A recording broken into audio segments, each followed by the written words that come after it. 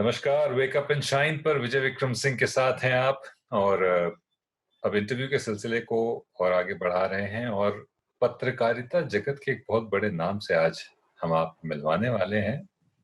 मैं आज आपसे बात कराऊंगा अनिल तिवारी जी की, जो कि बहुत बड़े-बड़े पब्लिकेशंस के लिए लिख चुके हैं और लिखते रहते हैं। और सबसे खास बात इनकी पत्रकारिता की, इनकी लेखनी की ये है कि इनकी एक इंडिपेंडेंट राय है जो इनके लेखों में दिखाई पड़ती है। और इंडिपेंडेंट राय है, इस बात को मैं बहुत मुखर रूप से, बहुत प्रखर रूप से कह रहा हूं, वो इसलिए क्योंकि आजकल इंडिपेंडेंट राय जो है, कलर्ड ओपिनियंस लोगों के होते हैं, इंडिपेंडेंट ओपिनियंस होना थोड़ा सा आजकल कम हो गया है। क्या कारण है, कहाँ जा रही है पत्रकारिता, इन सब चीजों पर चर्चा करेंगे। और इसलिए भी ये इंटरव्यू खास है क्योंकि वेक अप एंड शाइन के जनक मैं और नीलेश नहीं है। वेक अप एंड शाइन जो आइडिया है उसके जनक तिवारी जी हैं। तो आज ये मौका भी मिल गया है कि उनको सार्वजनिक रूप से धन्यवाद कर दें। कितना खूबसूरत आइडिया आपने दिया और उसको पुश किया, जिसकी वजह से आज हम एक 65-70 हजार सब्सक्राइबर्स के साथ एक छोटी सी स्टैंडिंग बना चुके हैं और अब धीरे धीरे प्रयास है कि इसको आगे ले जाएं। सर, बहुत बहुत स्वागत है और बहुत बहुत धन्यवाद समय देने के लिए। धन्यवाद, धन्यवाद। मैं आपकी जर्नी से वाकिफ हूं। मैं आपका इंटरव्यू देख चुका हूं, पर कई लोग इस चैनल पे जो पहली बार आए हैं, मैं चाहता हूं कि आप उस जर्नी का कुछ हिस्सा उनको बताएं। वो इसलिए कि वो कहीं ना कहीं लोगों को इंस्पिरेशन देगा कि लाइफ जो है वो ईसीजी की तरह चलती है, हमेशा एक समान नहीं रहती। तो जो चीज नीचे बिल्कुल। जाती है वो ऊपर आएगी, और जब नीचे जा रही है तो उस समय हौसला नहीं हारना चाहिए।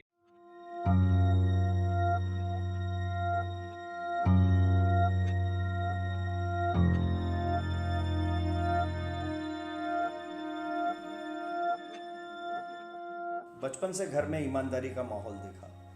घर में हमेशा तंगी रहती थी। महीने के आखिर में 10-10 रुपए को मोहताज हो जाते थे। जिस चाल में हम लोग रहते थे वहाँ पर कोई जिगरबाज ही रह सकता है। बारिश के दिनों में घुटनों तक पानी भर आता था। नीचे 4 जन, ऊपर एक लकड़ी की मंजिल बना के उसके ऊपर 4 जन, इस तरह से रहा करते थे। कॉलेज में एक जोड़ी 2 जोड़ी कपड़ों में हम लोगों ने दिन निकाले। जूते फट जाते थे तो उसे सिल के कॉलेज जाया करते थे, उसे छिपाने की कोशिश करते थे। ये माहौल दिल को कचोटता था। स्कूल कॉलेज से निकलने के बाद प्रोफेशन की तरफ आगे बढ़ने लगा, पत्रकारों से संपर्क बढ़ा और अखबार के एक सांध्य दैनिक था, उसके कार्यालय के नीचे फुटपाथ पर ही वहीं अखबार बिछाकर रात में सोया करते थे। लोगों ने काफ़ी ताने दिए, नाते रिश्तेदारों ने मजाक उड़ाई कि इससे जीवन में क्या हासिल होगा। शादी हुए 3-4 साल हो चुके थे, 2 बच्चे थे। पत्नी के कुछ गहने थे, उसको गिरवी रख के एक कमरा किराए पर लिया। न रहने के लिए वहाँ पर कोई सामान था, ठंड का मौसम था, दिसंबर का महीना था, न बच्चों को उड़ाने के लिए कुछ था। उसकी साड़ियाँ बच्चों को उड़ाई। तब मन में काफ़ी दुख था और उस दौरान जो मिला, जैसे मिला, वो काम किया। और सिर्फ 500 रुपये मेरा ख्याल है हाथ में रहे होंगे। ऑटो रिक्शा वाला एक मेरा मित्र था, वो बदली पर ड्राइविंग का काम देता था। इस तरीके से वो दिन गुजारे।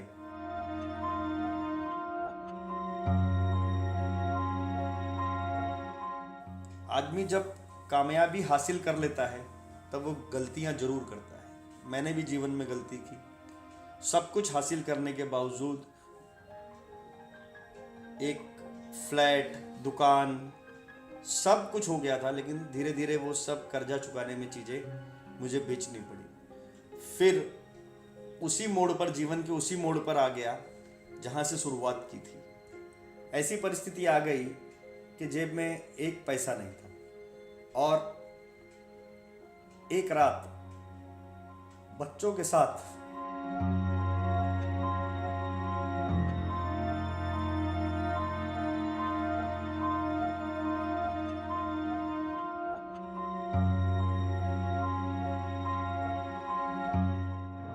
नहीं पाऊंगा।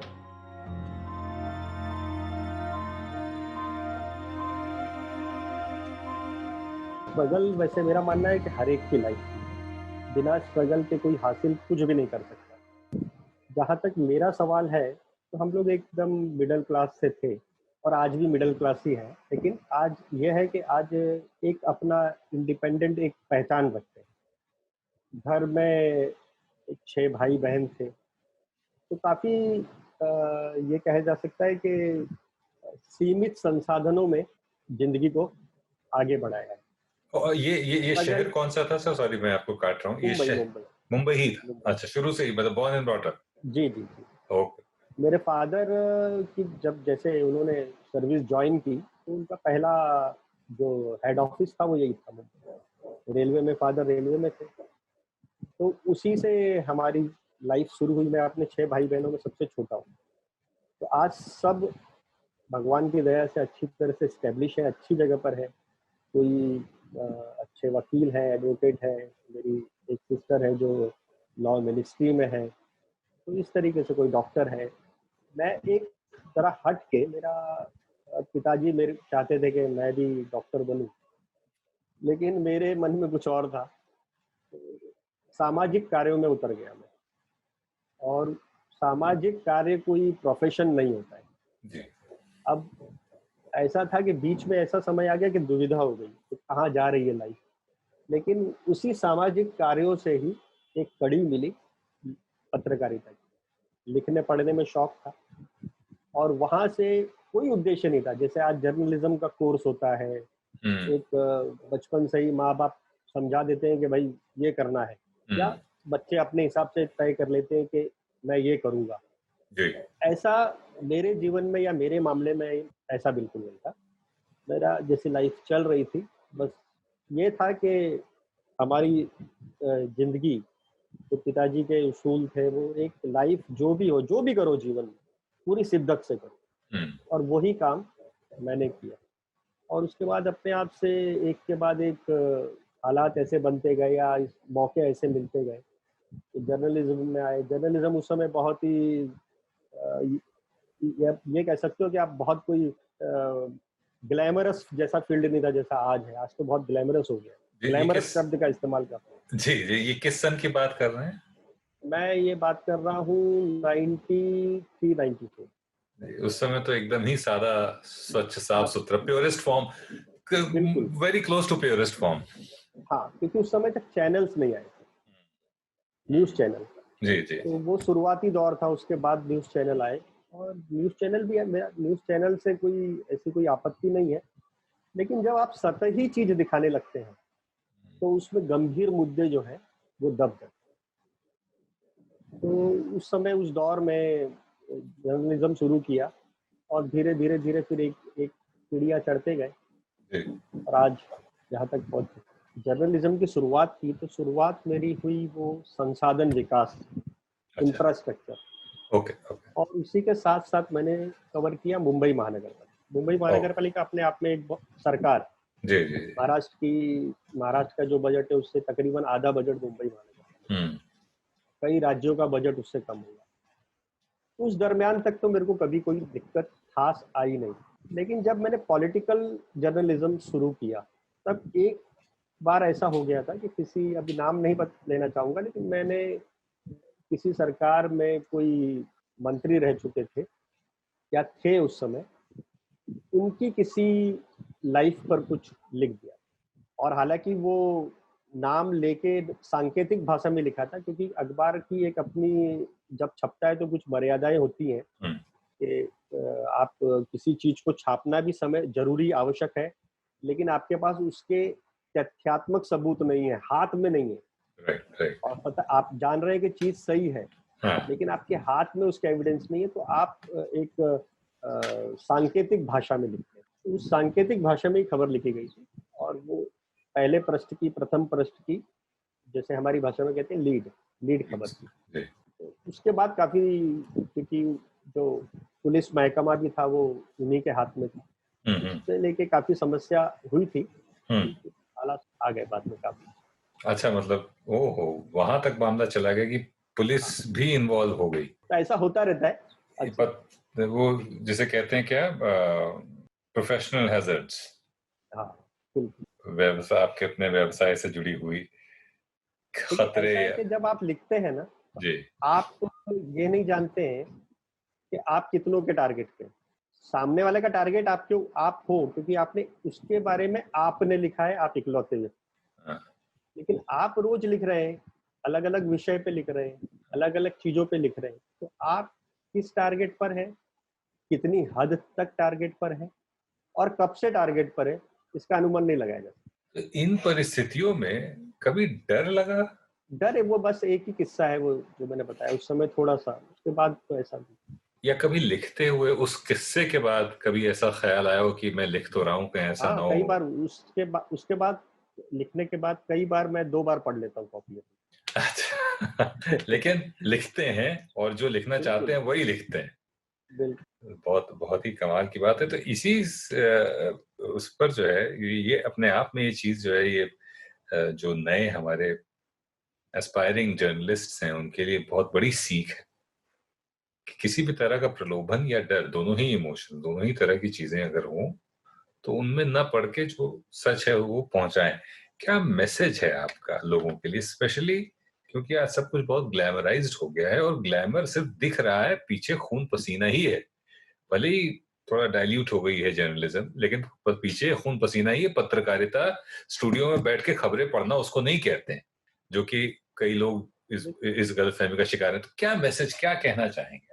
पत्रकारिता के लिए, खासकर आप पत्रकारिता के संदर्भ में पूछ रहे हैं, तो मेरा मानना है कि पत्रकारिता सकारात्मक होनी चाहिए। ये बेसिकली मैं उन यंगस्टर्स के लिए पूछ रहा हूँ जो एस्पायरिंग जर्नलिस्ट हैं, उनको, उनके लिए मैसेज के तौर पर। जी, जैसे अभी हमारे डिस्कशन में बातें आई, मैंने आपसे कहा कि पत्रकारिता वो है कि एक आईना है, जी समाज जो है उसकी शक्ल वही दिखनी चाहिए, जी जी। लेकिन उस आईने की भी एक मर्यादा होनी चाहिए। हम्म, देखिए पत्रकारिता सकारात्मक हो आप, क्योंकि अखबार जो है व्यक्ति के पास सुबह आता है और सुबह नकारात्मकता से शुरुआत नहीं होती। आप एक सकारात्मक सोच विकसित कर सकें, पर राष्ट्रवाद के दायरे में।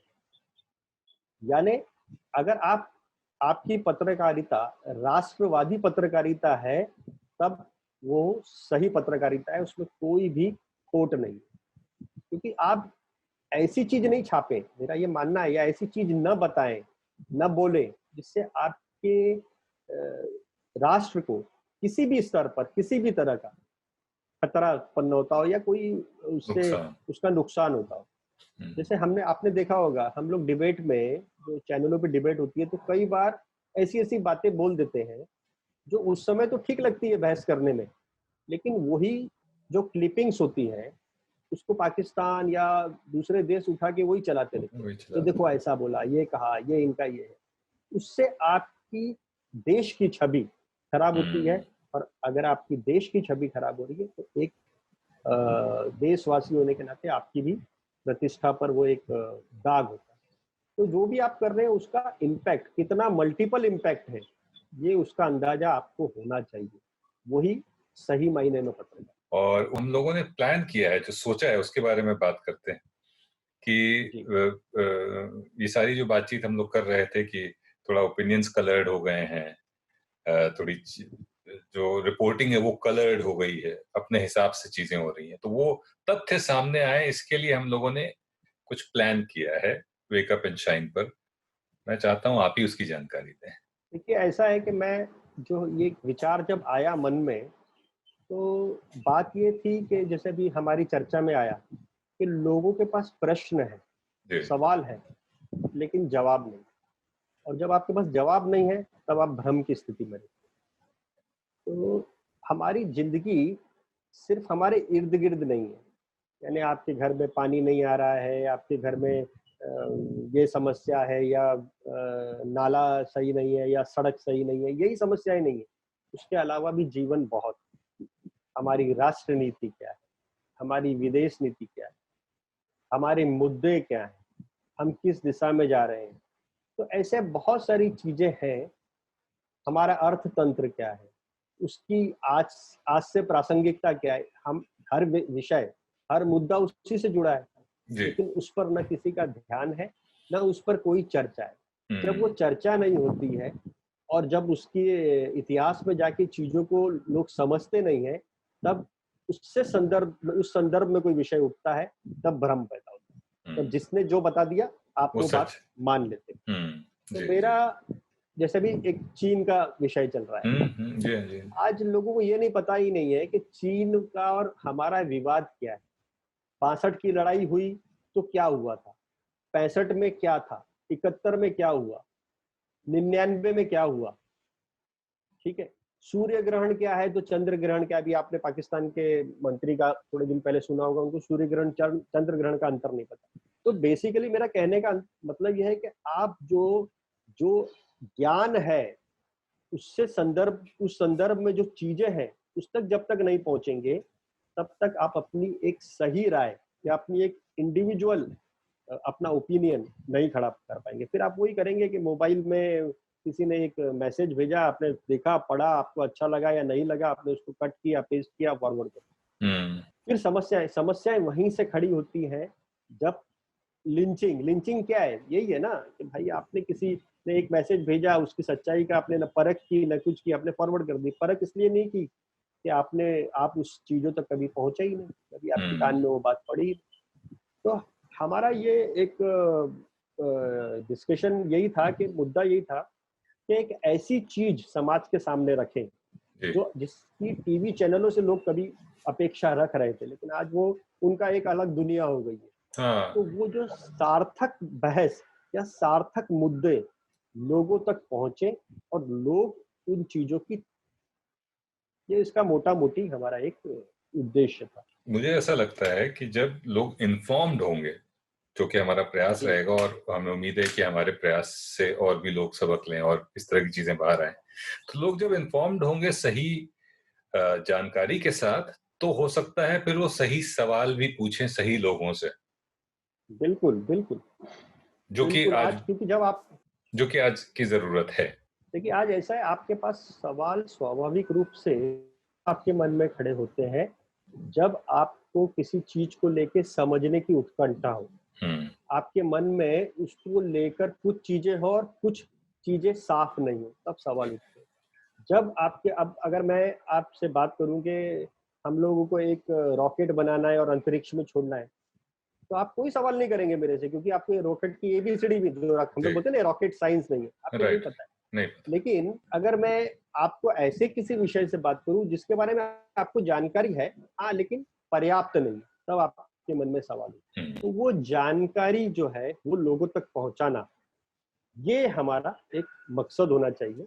और उसी के लिए मुझे लगता है कि सोशल मीडिया की इमेज आज एंटी सोशल मीडिया जैसी भी हो गई, कई मायनों में। बिल्कुल, उसकी सार्थकता भी तब होगी जब एक प्रोडक्टिव, एक सकारात्मक चीज हम सोशल मीडिया के माध्यम से लोगों तक पहुंचा। तो अनिल तिवारी जी, आपने अभी बता दिया है, मैं फिर से अपने देखने वालों को, सब्सक्राइबर्स को बता दूं कि अब हम लोग अनिल जी के साथ रेगुलर सेशंस करेंगे, जहां पर हम करंट जो अभी के मुद्दे हैं, चाहे वो जैसे अभी चीन की बात हुई या कोई भी इस तरह का मुद्दा जो उस समय चल रहा होगा, उस पर अनिल जी की प्रतिक्रिया लेंगे और उसका इतिहास समझने की कोशिश करेंगे, और उसके जरिए से हम ये समझने की कोशिश करेंगे कि ये मुद्दा है क्या, ताकि आप लोगों तक सही जानकारी पहुंचे और उसके बाद आप सही तरीके से सवाल कर पाए। अनिल जी, आपसे बात करके बहुत मजा आया। अब ये हम लोग लगातार करते रहेंगे, तो आप मेरी आदत डाल लीजिए, अब मुझे देखने की आदत डाल लीजिए। और समय देने के लिए बहुत बहुत धन्यवाद। पहली बार ऐसा हुआ कि मैंने बहुत कम बोला है। मैं जनरली अपने इंटरव्यूज में बहुत बोलता हूँ, लेकिन अभी सुनने का मन अच्छा। कर रहा था। बहुत सुनने का मन कर रहा था, तो अब तो क्योंकि हम लोग सुनते रहेंगे एक दूसरे को, तो मैंने कहा कि कोई बात नहीं, अब जल्दी ही हम लोग शुरुआत करेंगे और फिर से आपसे मुलाकात होगी। Thank you very much. Wake up and shine पर अनिल तिवारी जी के साथ थे, सीनियर जर्नलिस्ट, जिनके साथ हम कुछ नया शुरू करने वाले हैं, कुछ ऐसा जो आपको, यानी कि हमारे सब्सक्राइबर्स को, हमारे दर्शकों को एक पर्सपेक्टिव देगा, ऐसा पर्सपेक्टिव जिसके बाद आपके मन में सही सवाल उभरेंगे और आप फिर उनके जवाब तलाशेंगे। इवेंचुअली हमारी कोशिश ये है कि समाज में भ्रम की स्थिति जो है वो दूर हो, लोग सही मुद्दों पर सही बात करें। Anil Tiwari ji, thank you so much हमारे साथ समय देने के लिए। वेकअप एंड शाइन विजय विक्रम सिंह के साथ थे आप। मिलते हैं अगली कहानी, अगले इंटरव्यू के साथ। नमस्कार।